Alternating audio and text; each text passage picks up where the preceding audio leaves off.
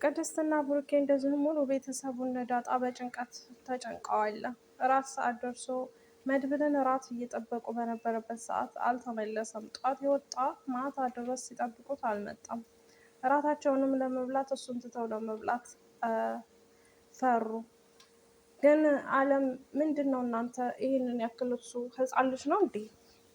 ወጣት ልጅ እኮ ነው፣ ደግሞ ወንድ ልጅ ነው። ወንድ ልጅ ደግሞ በቤት ውጭ አምሽቶ ከጓደኞቹ አንድ ሁለት እያለ ሊሆን ይችላል። እናንተ ይህንን ያክል ህፃን ልጅ አይደለም። ለምንድን ነው የምትጨነቁት? እረ እንብላ በማለት እሷ ለመብላት አጣድፏታለሁ። ከዛም ቅድስት ኧረ ተረጋጊ ትላታለች። እንትናም ዳጣም ከወንበር ላይ ቁጭ ብላ ታለቅሳለች። ግራ ገብቷታል። ቆይማ የምታውቁት ነገር ወይም ያለሽ ነገር አለ እንዴ ዳጣ ብላ ስትጠይቃት ቅድስት እኔ እንዳትጨነቁ ብዬ ነው እንጂ ዛሬ መድብል የሆነ ሰው እነቅነቅ ግደል ግደል እያለ ሲለኝ ነበር የዋለው አለቻት። ወይኔ ጉዴ በማለት ሁሉም በጭንቀት ያብዳሉ። ብሩክም እነሱን ቢመለከታቸውም ምንም ነገር ማድረግ አልቻለም። አንዳንድ ጊዜ ህመም እንዳለ ሆኖ በህመማቸው ላይ ደግሞ ሌላ ህመም ተጨምሮ በህመማቸው ላይ ያንን ነገር መቋቋም ወይም የሆነ ሰው ማዳን እየፈለጋችሁ ሳታድኑ ስትቀሩ ህመሙ በይብለጥ ያማችኋል። ከባድ ነው። አንዳንድ ጊዜ የወደቀን ዛፍ መሳሪያ ይበዛበታል ይባላል እና አንድ ሰው ሲወድቅ የሚመታው የሚጫወትበትም እና የሚቀልድበት በጣም ብዙ ነው። ያሳዝናል። ብሩኬ በዛን ሰዓት ምንም ማድረግ አልቻለም በጸጸት። እንደዚሁም እንዳያለቅስ የልጆቹን ፊት ማየት ግራ ገባው። በዛን አጋጣሚ ቅድስትም ቆይማ ምንድን ነው ማድረግ ያለብን ወይኔ ጉዴ እያለች መጨነቅ ጀመረች። እሱ ግን እስከ ደረቀ ሌሊት ድረስ ቢጠብቁትም ወደ ቤት ሊመለስ አልቻለም። ግን አንድ ሁለት እውነት እያለ ነው ወይንስ አልበለዛ አግተው ይዘውት ደብድበውት ነው? ምክንያቱም በባለፈው የዛን የገበሬውን ልጅ ንብረት ቀምተው የነበሩት ወጣቶች ደብድቧቸው ስለነበር እነዛ ይዘውት ይሆን በማለት ግራ ተጋብቻለሁ እኔ ለራሱ ማለት ነው።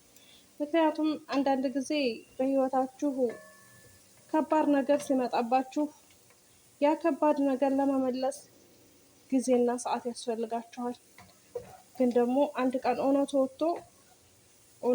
ወጥቶ እስከሚጋፈጣቸው ድረስ እንደዚሁም ደግሞ ወንድሙ ድኖለት የወንድሙን ፊት ፈገግ ብሎ ማየት እና የልጁን የቅድስትን ፊት የልጁን የምሳሌን ፊት ማለት ነው በማየት እንግዲህ ይድናል ብዬ ተስፋ አደርጋለሁ። አሰላሙ አለይኩም ወራህመቱላሂ ወበረካቱ። ወደ የተከበራችሁ ቻናል ቤተሰቦች ሰላም ሰላም ብያለሁ። ውድ ክርስቲያን ወገኖች ሰላማችሁ ይብዛልኝ በያላችሁበት። በዚህ ቤት አዲስ የሆናችሁ ላይክ፣ ሸር፣ ሰብስክራይብ እያደረጋችሁ አበረታቱኝ። ለምታበረታቱኝ ደግሞ ለምትሰጡኝ አስተያየት እጅግ ከልብ አመሰግናለሁ። ያው ምሳ እየሰራሁ በነገራችን ላይ ክችል ውስጥ ነው ያለሁት እና ሀሳቤ ሁሉ እየተሰራረቀ ነው የማወራችሁ።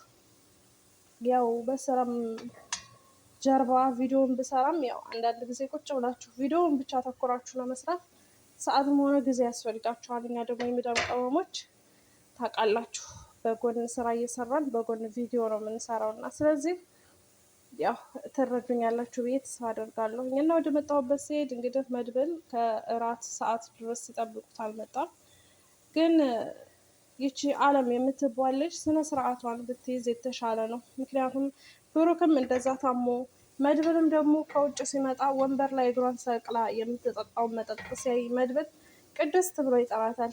አቤት መድብል በማለት ቅድስትም በድንጋጤ ትመጣለች። ምን እያደረግሽ ነው ብላ እግሯን ከጣውላው ላይ አንስታ ወደ መሬት ተወረውራታለች።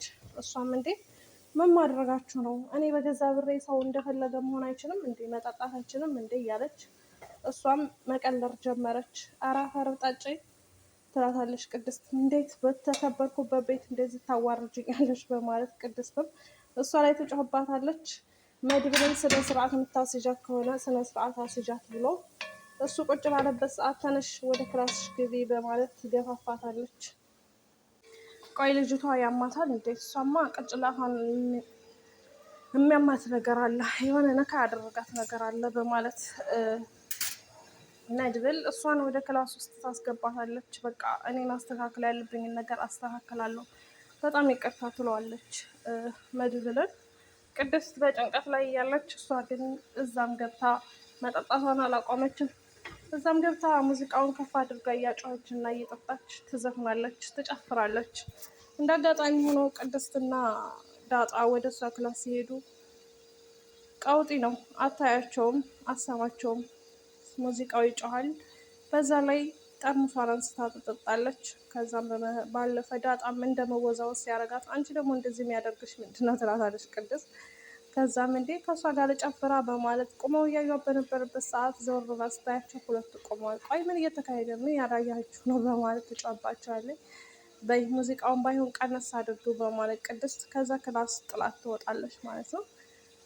ቆይማ ምን አይነት ሴትዮ ናት እያለች እሷም ግራ ተጋባሽ ማለት ነው። ዳጣ ላታመልጭኝ አታሮጭኝ ነው እና ነገሩ ደግሞ ማህሌት ከመድብል እጅ ላይ ዙራ መግባቷ አይቀርም። ምክንያቱም ያ የተረገመ ሰውዬ መድብልን እንድትመርዘው አዟት ነበረ። ግን ያንን ማድረግ አትችልም በምንም አይነት አጋጣሚ ቢሆንም እሱን ለማድረግ ድፍረቱ አልነበራትም። በዛን አጋጣሚ ያላት አማራጭ ከመድብል ጋር አብሮ የሚሰራውን ጓደኛውን እሱን ደውላ ሆቴል ውስጥ ከጠራችው በኋላ ሻይ ቡና እንበል በማለት ትጠራዋለች። እሱም ግን ከመጣ በኋላ የሆነ ነገር ካልፈለግሽ በቀር አንቺ እንደዚህ አይነት ሰው አይደለሽም በማለት ይመልስላታል። እሷም የሆነ ነገር ፈልጌ ነው ትለዋለች ማለት ነው።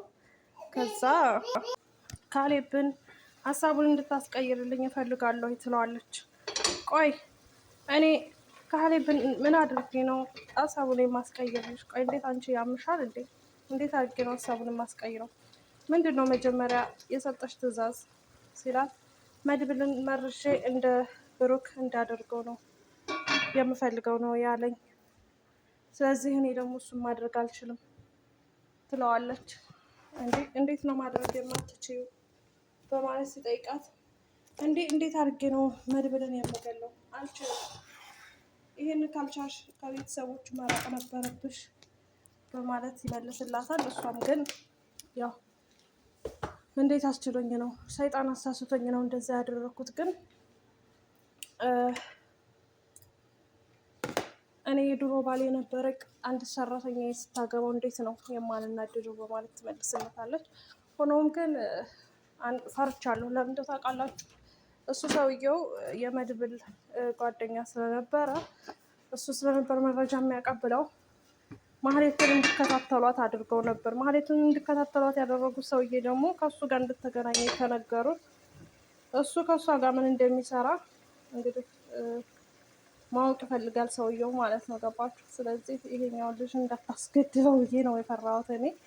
ከዛ ሁሉንም እንዳይደፋፍኑበት መድብል መረጃ የሚያቀብለው ሰው እንዳያጣ እውነት እና ለሙሂም ዞሮ ተዛዝሮ ያው መድብል አሁን ላይ ያለበት ሁኔታ ውጥረት ላይም ቢሆንም እነዛ ሰዎች ግን መጨረሻቸው ወይ እስር ቤት ነው ወይ ሞት ነው። ምክንያቱም የሰው ሀቅ የሰው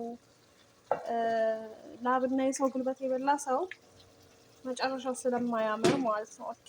ስለዚህ ወይኔ ዛሬ ድራማውም ራሱ ጠፋብኝ። የምር ሀሳቤ ትንትን ነው ያሬ አላህ እና ለማንኛውም ላይክ፣ ሼር፣ ሰብስክራይብ አድርጉኝ።